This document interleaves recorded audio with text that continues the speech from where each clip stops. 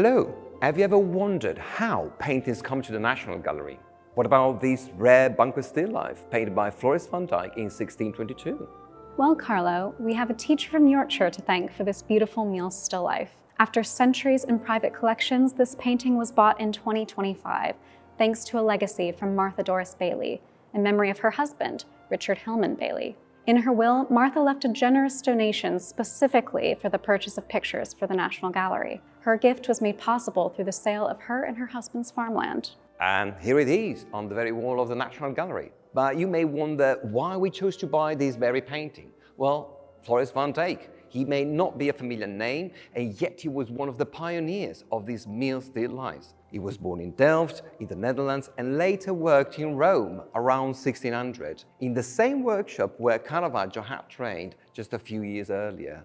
After about 3 years, when Caravaggio had already become a star, Floris left Rome, he returned to Haarlem in the Netherlands, joined the Civic Guard, and became a member of the Painters Guild.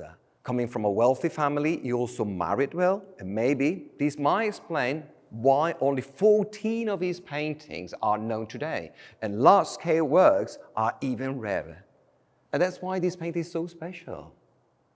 So, just as Martha's generosity connects us to this painting today, Van Dijck's painting connects us to the world that produced it. Shall we take a closer look? Absolutely. I'd start with the damask tablecloth.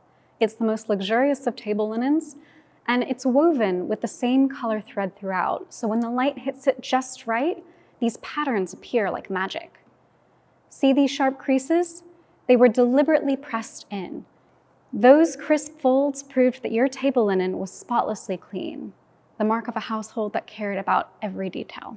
You know, I love how Floris painted this table from above, a sort of a bird's eye view, as if we were standing up and inspecting it.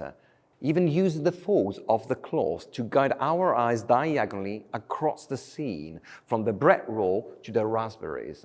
Everything is shown clearly, carefully recorded, ready for sharing. Beyond the artist's invisible hand or Martha Bailey, who enabled the picture's purchase, someone must have laid this table. Someone had to have sliced the melon and shaved its seeds away. Someone peeled the apple before resting the knife so carefully on the cheese plate. This banquet has been prepared just for us by anonymous hands. And someone might have placed this green-tinted goblet there, with bumpy blobs all around the stem. It's called a rumor, and it was specifically for white wine. Green glass would make red wine murky, and in the background, in fact, some rosé wine was poured in a see-through flute glass made in the Venetian style. And in this stoneware jug, called a Schnabelkanne, it came all the way from Sieberg in Germany. White wines from the Rhineland were popular and would be served in jugs just like this. There's even a silver-gilt Nautilus cup tucked in there. It's a giant natural shell transformed into a precious drinking vessel. And these blue and white bows, these came all the way from China. By 1614, they become common in wealthy Dutch homes. Each of these objects reminds us of the network of people who crafted, traded, and transported them. In a way, the painting works like a world map made of objects. But this spread is also celebrating the domestic. We have 3 wheels of local cheeses stacked high, including the famous Gouda or Gouda cheese, and that distinctive green-brown sheep's cheese from Texel, whose green color comes from parsley juice. Cheese and butter were the foundation of Dutch prosperity during this period. The dairy industry was booming. Amsterdam, Rotterdam were exporting these goods to markets across Europe. These weren't luxury items, but they represented economic success built on sharing the fruits of the land. There are a lot of tastes and textures too.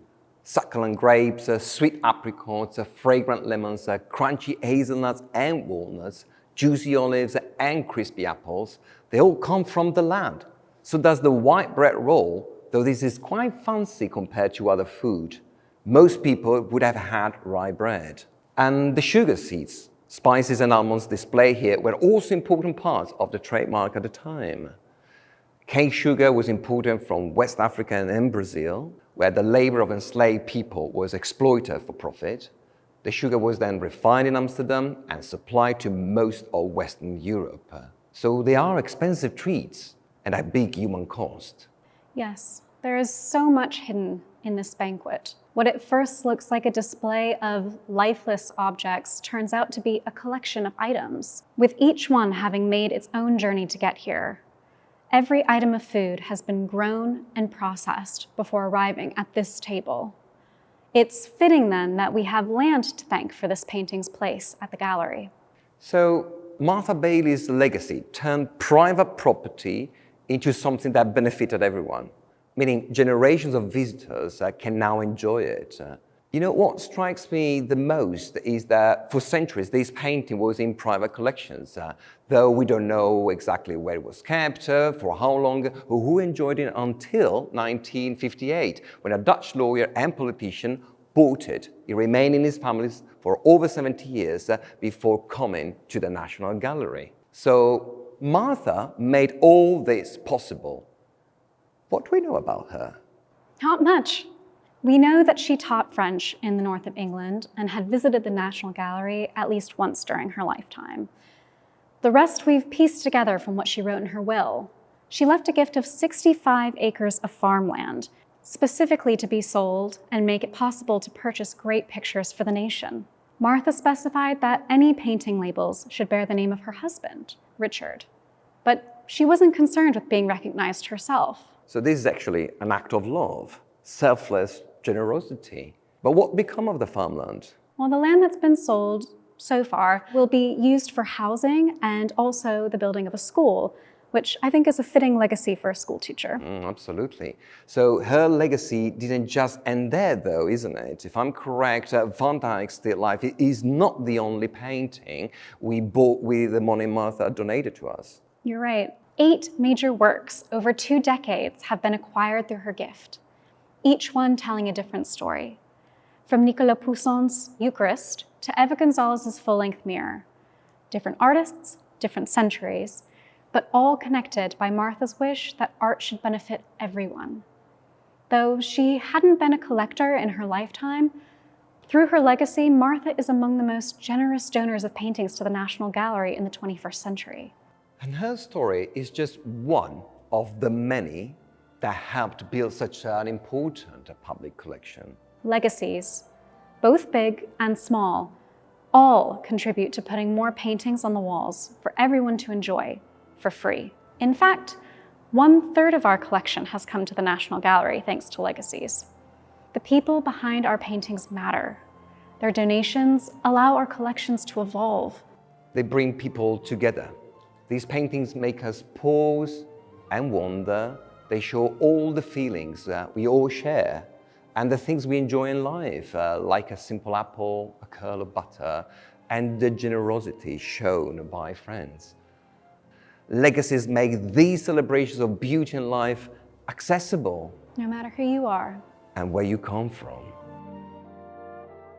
If you're interested in learning more about art history, click here. Or here and subscribe to our YouTube channel. Thank you for watching. See you next time.